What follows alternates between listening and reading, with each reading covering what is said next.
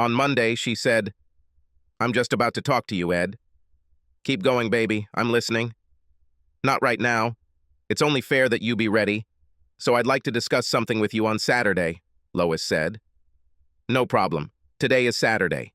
But I can't prepare until you give me a hint." "Of course, but don't react right now. I'll give you a week to digest this. Ready?" "Ready." "I want to have sex with another man." Ed's jaw dropped. Lois put a finger to his lips as a sign that he should not answer. He took a deep breath and remained silent, although this, of course, was not easy.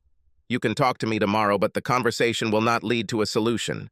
Only any clarification that you may need to put all your thoughts into place.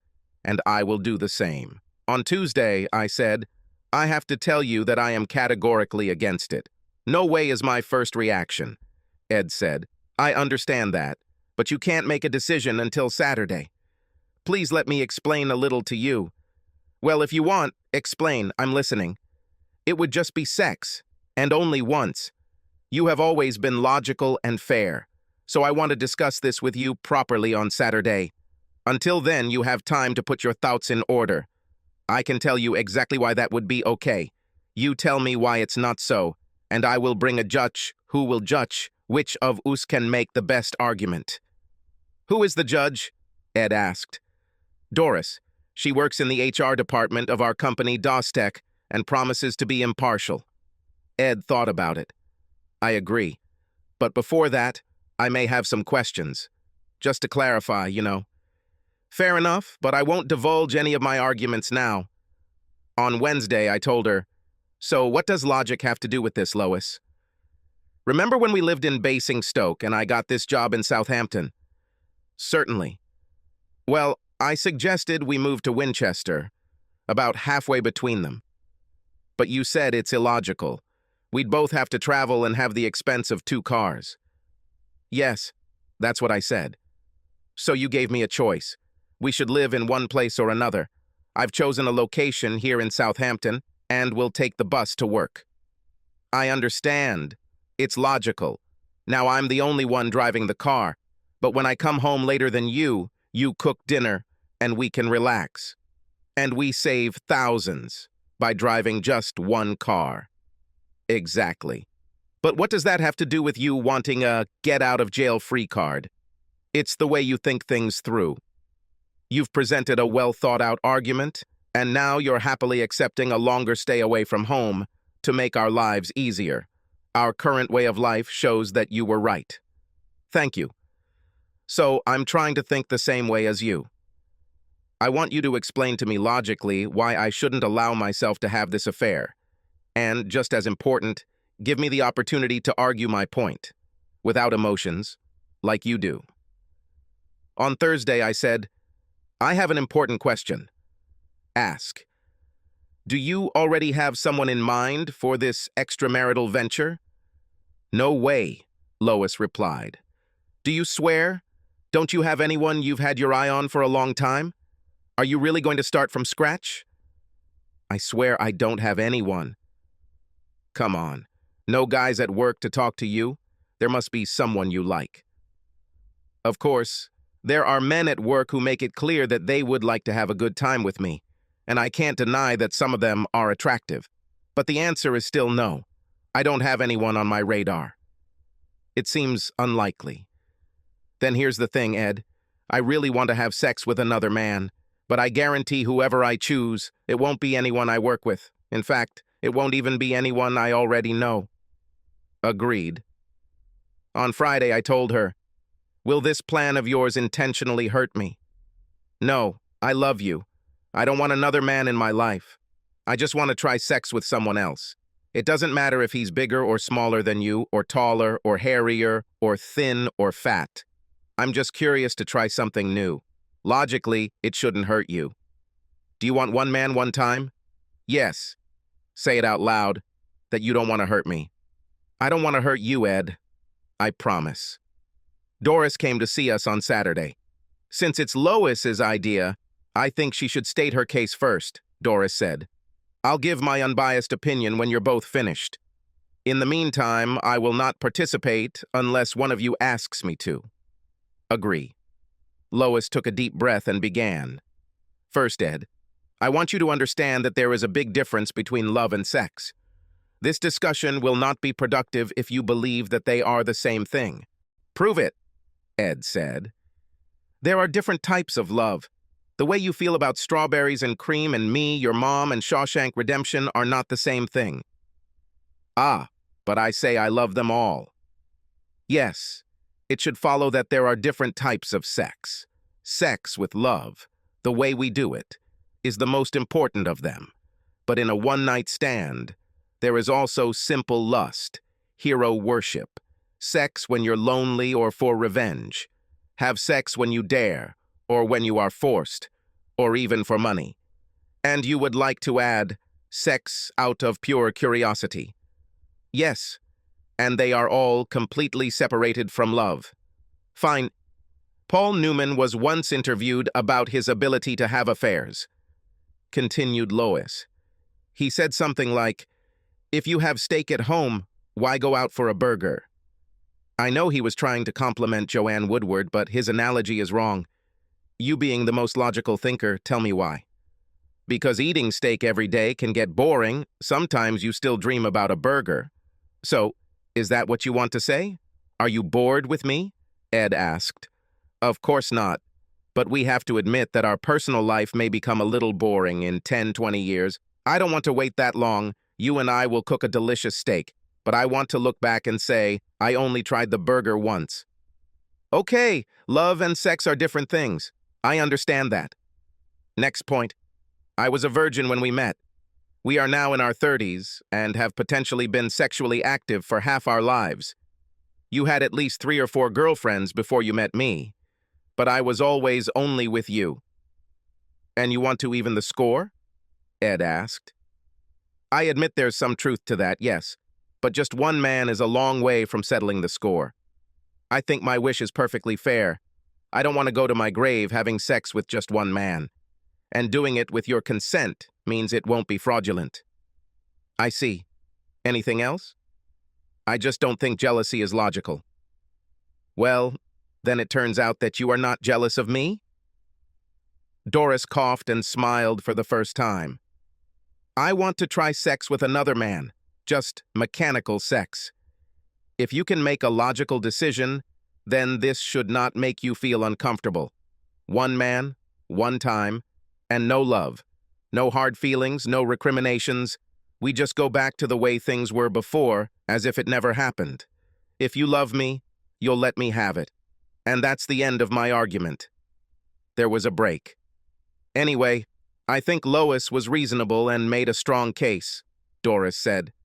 I look forward to your counter-argument, Ed.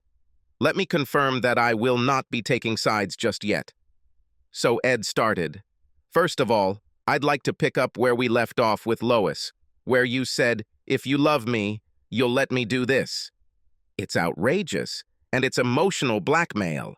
What makes you say that? I'll demonstrate. If you love me, you will immediately give up this idea. How does this make you feel? Is there a coherent argument? She thought about it. Or how about, he continued, you sit there and say, if you love me, Ed, you'll let me drive the train. I just want brutal sex with 20 bikers, just one time. Should I logically agree to this? Okay, I see what you mean. I'll take that argument away. Then let's get back to the plot where I have to agree with you about love and sex. I don't argue, they are different. And I admit that, from an emotional point of view, I will not be uncomfortable or hurt if you have sex with another man, unless I find flaws in your reasoning. Fine. She leaned back in her chair, feeling content. So I'd like to start my defense, so to speak, by saying that I don't feel uncomfortable in other areas. Fine. Did I make you uncomfortable when I had sex with my previous girlfriends, yes or no? This is ridiculous. I didn't even know you then. Ed looked at Doris. Yes or no, Lois? He repeated the question. Very well, no you didn't. Using the terms better or worse, which is worse? Did you have sex with someone I never knew about before we met? Or are you having sex with someone else and I know it happens after you have taken a vow of fidelity? Lois sighed. Obviously, it will be even worse later. But this is a ridiculous argument. We are not religious. Wedding vows are simply the words you say to get married. Your previous girlfriends were just an example of why I wanted to do this. I understand this and agree with you. Love and sex are different things. And since you and I weren't together then, my previous girlfriends don't matter, just like everything we did before we met. But you're the one who gave this example, and I'm just responding. Fair enough. Lois agreed. Then tell me, do you regret being a virgin when we first met? Of course not. So you were happy that I took your virginity and weren't jealous of my previous relationship? None at all. And when you married me, you didn't worry about all the men you didn't have sex with? I suppose not. Then I think we should completely ignore my exes. Lois nodded reluctantly. Take it off the record, Doris. And if you agree that sex with another partner after marriage is much more harmful than sex before it, it follows that what you want to do is more than just even the score. I disagree. Maybe. I never really thought about it. Fine. Then imagine that you're having sex with some guy right now. You're hoping to get maximum pleasure from what he's doing, and he's just reading the newspaper or watching TV or something like that. You'd like that? Of course not. Or does he just lie on his back and think about football while you bounce on him, not paying attention?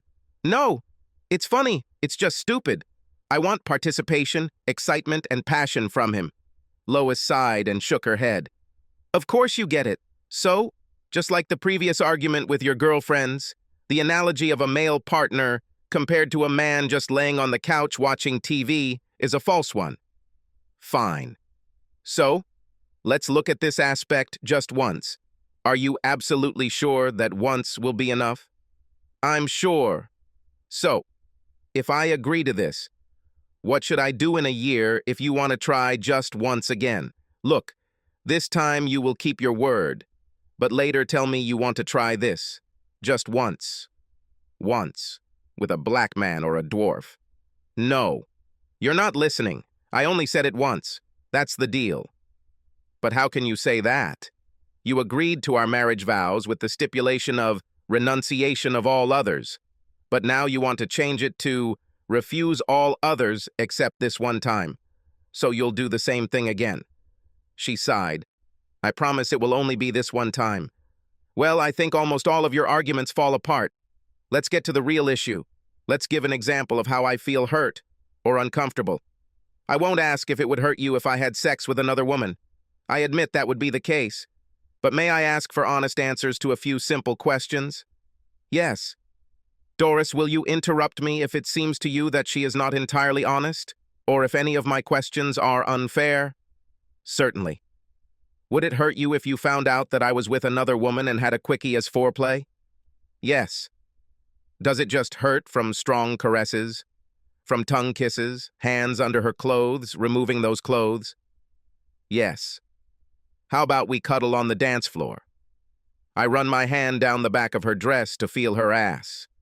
Would such things make you feel uncomfortable? Yeah, Lois said. Then no sex. Will you be offended if I order a romantic dinner for two? I wouldn't like it. How about I set her up on a simple date at a bar? Meet her for a drink and chat. No foreplay, just a chance to get to know each other better. To see if she might be the one when I want sex with a stranger.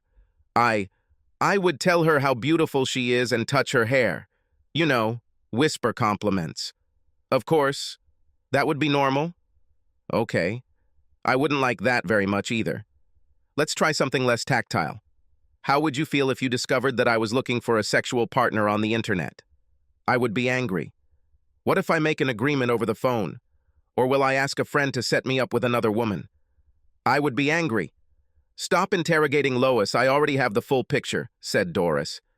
Lois let out a long sigh of relief. How long do our regular lovemaking sessions last? It usually takes about 30 minutes.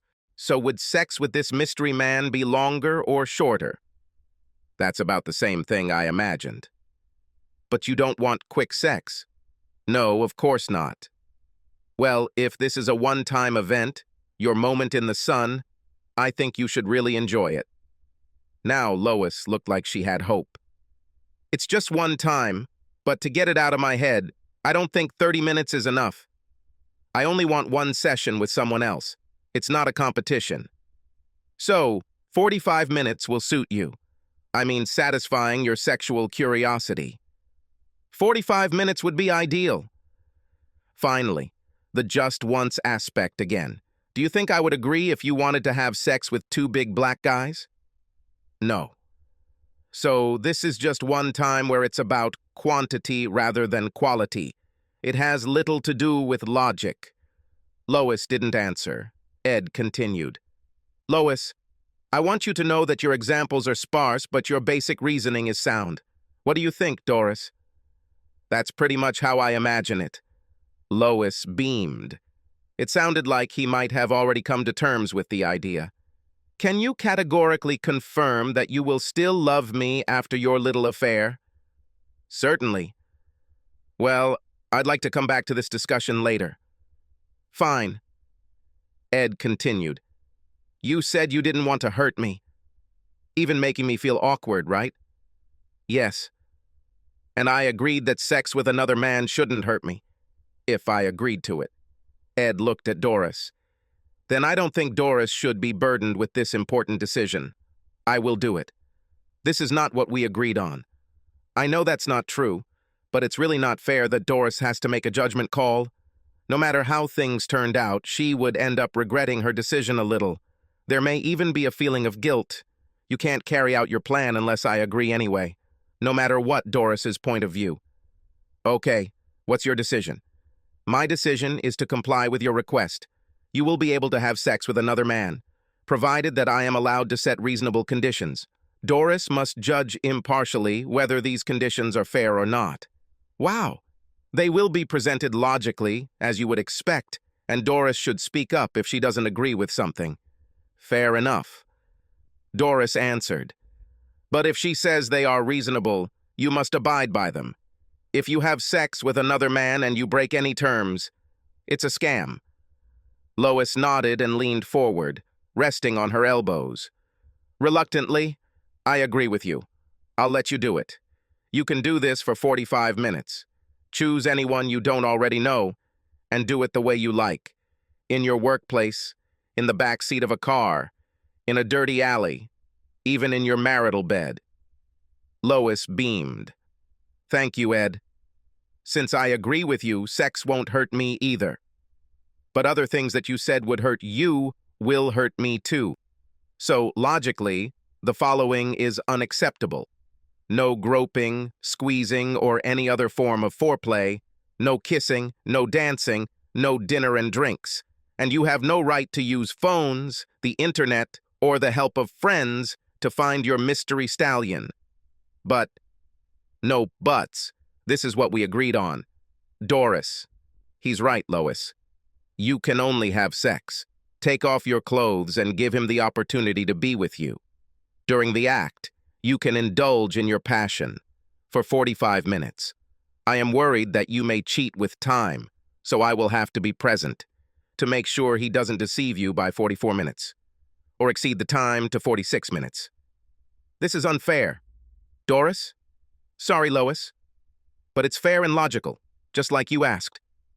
Lois fell and Doris stood up. If that's all, I'll go. Good luck to both of you.